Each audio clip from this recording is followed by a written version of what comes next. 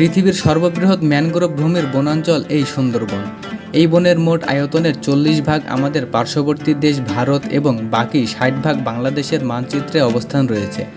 একসময় এই বন দেখা নিয়ে আমাদের তেমন কোনো আগ্রহ ছিল না, তুলনামূলক অধিক খরচ ও সঠিক ভ্রমণ গাইডলাইন না থাকায়। এই বনের সৌন্দর্য সম্পর্কে আমরা অনেকেই ছিলাম অজানা। আমাদের এবারের সম্পূর্ণ ভ্রমণ গল্পটি হতে যাচ্ছে সুন্দরবন ভ্রমণ কেন্দ্রে, যেখানে 2 রাত 1 দিনে ঘুরে দেখব মংলা বন্দর হয়ে করমজল, বাগেরহাট 60 গম্বুজ মসজিদ সহ সুন্দরবনের বেশ কিছু সুন্দর জায়গা। তাহলে চলুন দেরি না করে শুরু করা যাক সুন্দরবনের সুন্দর একটি গল্প।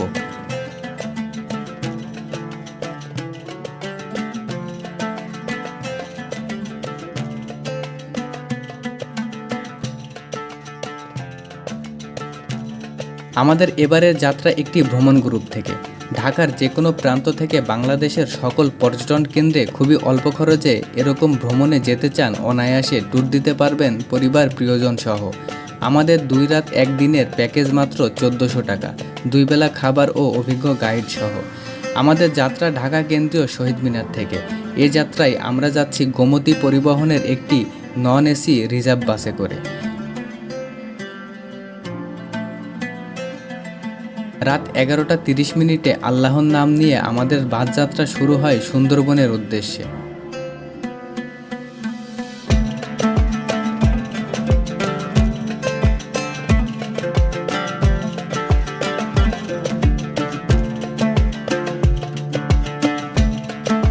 সকাল 7টায় আমাদের বাস পৌঁছে যায় মংলা পোর্টে।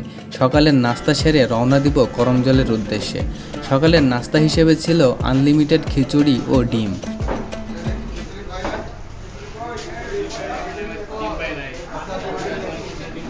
কি অবস্থা খাবারের? কি অবস্থা? খাবার কেমন লাগছে? 10-এ 7। 10-এ 7। 10-এ 10 হলো না। জীবনে প্রথম কুসুম ছাড়া তো ডিম দেখলাম। কি নেই? কুসুম ছাড়া তো ডিম দেখলাম। কুসুম নেই? হ্যাঁ, একটা ডিমে কুসুম নেই ভাই। কুসুম কি মানে আলাদা? কুসুমের কি আলাদা নাকি তাহলে প্রায়? এই মুরগি জাতটা আলাদা। আমরা এখন আছি মংলা বন্দর। সো এখান থেকে আমরা চলে যাব হচ্ছে করমজলের উদ্দেশ্যে। সো এখন আমরা যাব হচ্ছে ট্রলারে। তো ট্রলারে করে আমরা চলে যাব একবারে হচ্ছে করমজল। তো আমরা এখন হোটেল থেকে খাওয়া দাওয়া শেষ করে মাত্রই বের হলাম। তো এতক্ষণ দেখতে পেলেন খাওয়া দাওয়া করলাম। আর এই হচ্ছে এখানে বর্তমান অবস্থা দেখেন।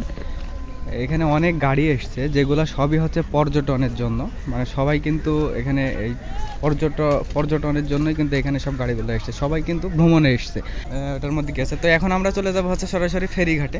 তো ওখান থেকে আমরা ফেরিতে করে চলে যাব হচ্ছে করমজলের উদ্দেশ্যে। তো চলেন, লেটস গো। আমরা আছি এখন মংলা পোর্ট থেকে। এখন আমরা চলে যাব হচ্ছে সরাসরি করমজলের উদ্দেশ্যে। সো এই যে দেখতে পাচ্ছেন, আমরা কিন্তু এখন উঠে পড়েছি ট্রলারে। তো এই ট্রলারটাই কিন্তু আমাদেরকে নিয়ে যাবে করমজলে। এই আপনার হচ্ছে বিশেষ করে এটা হচ্ছে পোর্টের যে নদীটা আছে, এই নদীটা অতিক্রম করে আমরা চলে যাব। তো মোটামুটি এটা কিন্তু অনেক বেশি বড়। তবে আরেকটা বিষয় আপনাদেরকে বলি, আপনারা যারা কম খরচে ট্যুর করতে চান তারা কিন্তু অবশ্য ফেসবুকে বিভিন্ন রকম ট্যুর গ্রুপগুলো আছে, আপনারা কিন্তু ওই ট্যুর গ্রুপ থেকে ট্যুর করতে পারেন। হয়তো আপনার স্বল্প খরচের মধ্যে হয়ে যাবে, যেমন হয়তো আপনার 1500 টাকার মধ্যে কিন্তু আপনারা প্যাকেজ পেয়ে যাবেন। আপনারা চাইলে এই প্যাকেজের মধ্যেও কিন্তু ট্যুর করতে পারেন।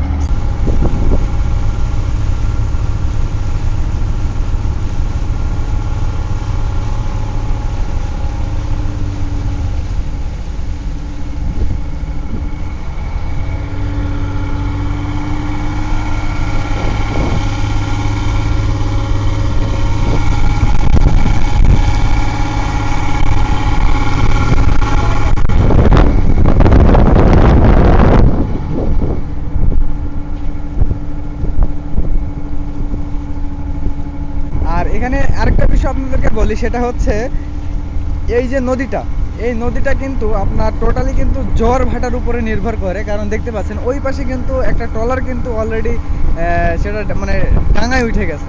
তো ওইটা হচ্ছে যখন এটা জোয়ার বাড়লে কিন্তু ওইটা আবারও মনে করেন যে পানিতে ভরপুর হয়ে যাবে। এখন আমরা দেখতে পাচ্ছি যে এখানে পানি নেই, মানে পানি কম, ওই সাইডে পানি শুকাই গেছে।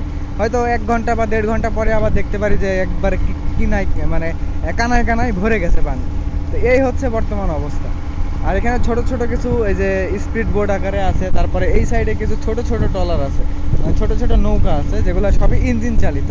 আর এখানে ম্যাক্সিমাম যত কিছু আছে, মানে যত নৌকা ট্রলার যাই বলে না কেন, সবটাই হচ্ছে আপনার ইঞ্জিন চালিত। যারা কাশফুল প্রেমী আছেন, কাশফুল ভাল লাগে, দেখতে পাচ্ছেন ওই পাশে, দেখতে পাচ্ছেন ওই পাশে কাশফুল, কত কাশফুল। যাদের কাশফুলের ছবি উঠতে মন চায় আপনারা চাইলে ওখানে গিয়ে ছবি উঠতে পারবেন।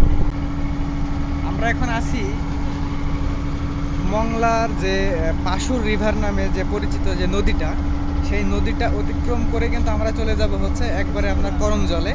তো করমজলে কিন্তু ওখানে গিয়ে আমরা সম্পূর্ণটা দেখব এবং আপনাদেরকেও দেখাবো এই ভিডিওর মাধ্যমে।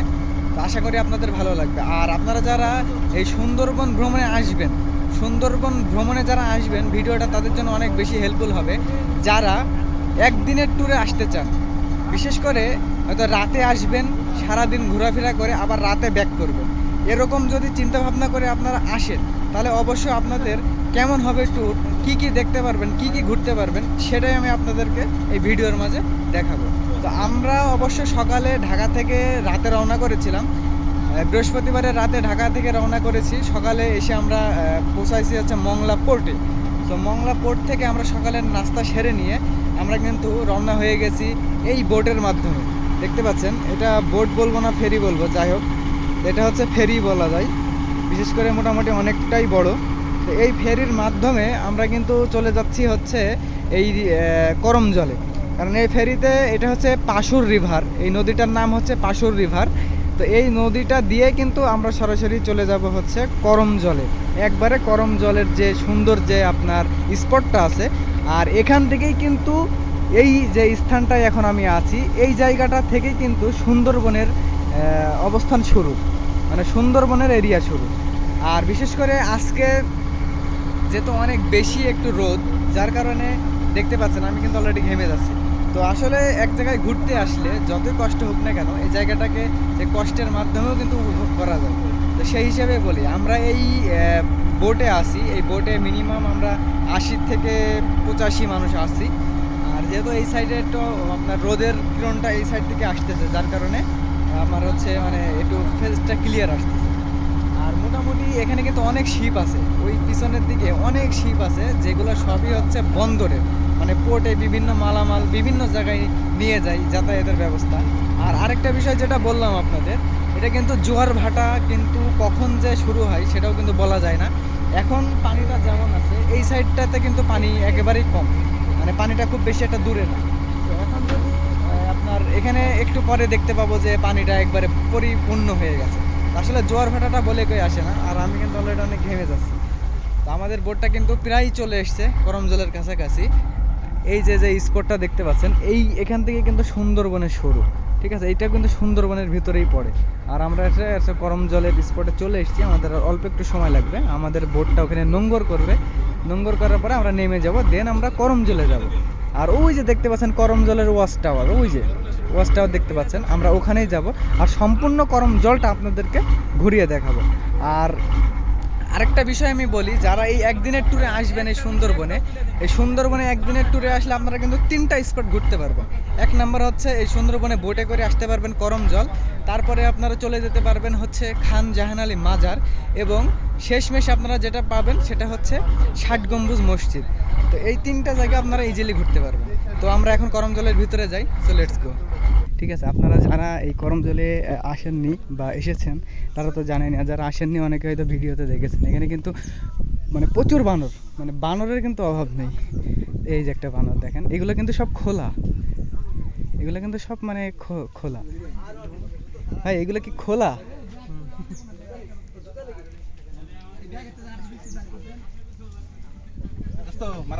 ওই ওই বিরক্ত করেন না, বিরক্ত করলে এরকম করে। তো আমরা কিন্তু করমজলে ঢোকার মুহূর্তে এই যে দেখতে পাচ্ছেন যে করমজল, তো এটা কিন্তু সবথেকে সুন্দরবনের সবথেকে কিন্তু ভাইরাল একটি জায়গা। এই যে যে যে যে যে বাচ্চা দেখেন কেমনে ঝুইলা আছে ভাই, হ্যাঁ। সো আমরা কিন্তু করমজল থেকে প্রবেশ করে আস্তে আস্তে কিন্তু ভিতর দিকে আসলাম। ভিতর দিকে আসার পর এখানে দেখতে পাচ্ছেন যে গণপ্রজাতন্ত্রী বাংলাদেশ সরকারের অধীনে। এখানে আছে হচ্ছে হরিণ, কুমির, কচ্ছপ ও প্রজনন লালন পালন কেন্দ্র, মানে এখানে বিভিন্ন প্রকার পশু আর কি এবং পাখি আছে। দেখেন দেখেন অবস্থা।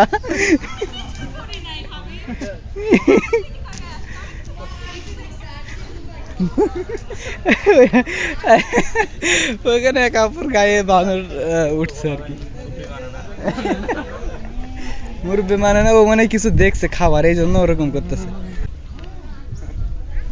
ভাই আপনি যে এই করমজলে আসলেন, সুন্দরবনে আসার তো অনেক আগ্রহ ছিল আপনার, যেহেতু আমি আপনাকে যখনই বললাম যে ভাই হচ্ছে সুন্দরবনে যাবেন, আপনি অনেক আগ্রহের সহিত বললেন। তো অবশ্য আগামীকালকে আমরা রওনা দিয়েছি, আজকে পৌঁছাইছি। এখন আপনার অনুভূতিটা একটু শেয়ার করেন, কেমন লাগছে এই করমজলে এসে? আমার আসলে অনেক ভালো লাগতেছে, আর অনেক এক্সাইটেড ছিলাম সুন্দরবনে আসার জন্য, যেহেতু নিজের বিভাগ, তারপরেও আমার অনেক ইচ্ছা ছিল যে সুন্দরবনটা অনেক ঘুরে দেখবো। ঠিক আছে, বড্ড উল্লাস আমার মন, তাই তো আসলাম সুন্দরবন। এসে দেখি রোদের যে ঠাপ, ওরে বাপ রে বাপ। সুন্দরবনে এসে বাঘের দুধ করিব আমি প্রাণ, তবুও আমি দেব না তোমার জন্য আমার এই জান। ও ভাই, ভাই তো পুরো শায়েরি বানাই নিয়ে চলে এসছে ভাই। ঠিক আছে। আর এখানে আমরা সামনে দেখতে পাচ্ছি যে কিছু হরিণ আছে, এই যে দেখেন, এই যে কত সুন্দর।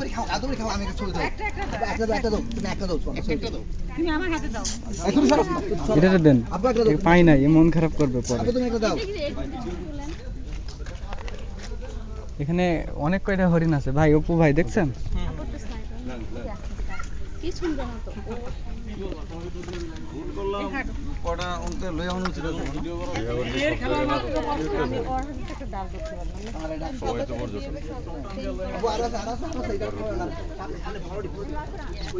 এটা তো শরীরে কিচ্ছু না হয়। আব্বু ছবি তোর মতন খাওয়া নাও, ওই সিঙ্গলটা খাও, সিঙ্গলটা খাও, ওটা এটা খাও, এটা খাও না, এটা মানে খাওয়ার পাগল। হ্যাঁ,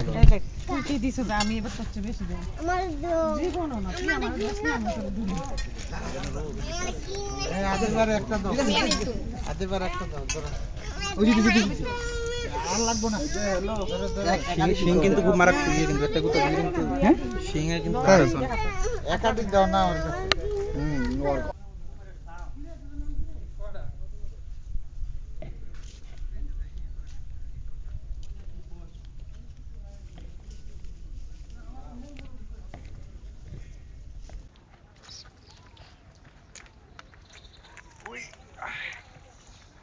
ওই সর্বনাশ, ওই সর্বনাশ।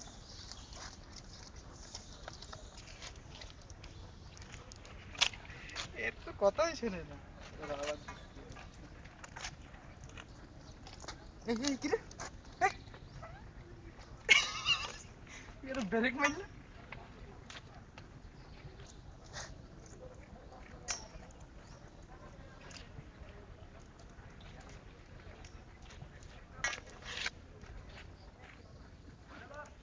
এগুলো আছে মায়াবতী হরিণ। মায়াবতী হরিণের চোখগুলি খুবই মায়াবী, ঠিক মানুষের মতো। কি আর করার নেই, যাই খা। ওই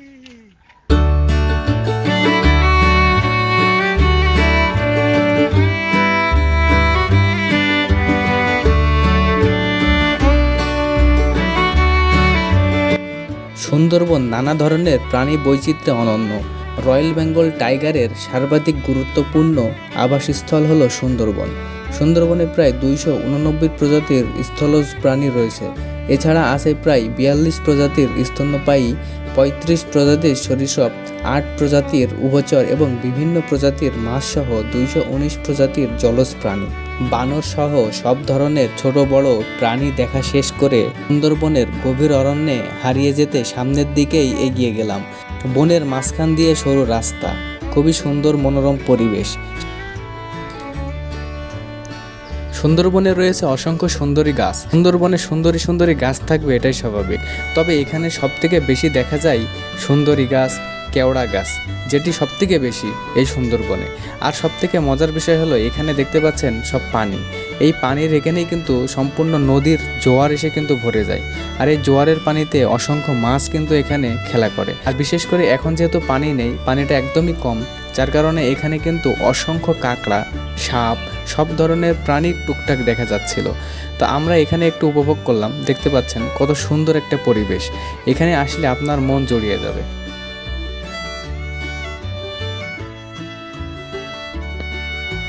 সামনের দিকে যেতেই দেখলাম বিরাট বড় একটি ওয়াচ টাওয়ার। তো এই হচ্ছে সুন্দরবনের ওয়াচ টাওয়ার। এই ওয়াচ টাওয়ার থেকে আপনারা সুন্দরবনের উপর অংশ খুব সুন্দরভাবে উপভোগ করতে পারবেন।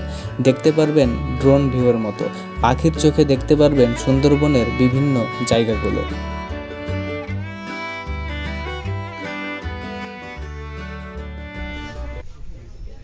আমি এইমাত্র এখন বর্তমানে আছি হচ্ছে ওয়াচ টাওয়ারে, যেটা দেখতে পাচ্ছেন। এই ওয়াচ টাওয়ার থেকে কিন্তু আপনারা সুন্দরবনের মানে ম্যাক্সিমাম মানে জায়গা কিন্তু দেখতে পারবেন, মানে অনেক এরিয়া জুড়ে কিন্তু আপনি দেখতে পারবেন। যেটা আপনি নিচে থেকে দেখতে পারবেন না, সেটা দেখতে পারবেন হচ্ছে এই ওয়াচ টাওয়ারে উঠে। এই হচ্ছে আপনার বর্তমান ওয়াচ টাওয়ার থেকে যে ভিউটা পাবেন আপনারা, এটা হচ্ছে সম্পূর্ণ এরকম।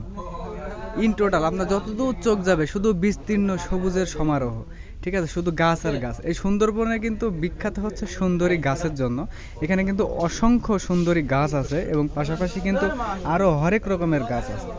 সব কিছু মিলিয়েই কিন্তু সুন্দর একটি পরিবেশ, আর এই ক্ষেত্রে এর নাম হয়েছে সুন্দরবন।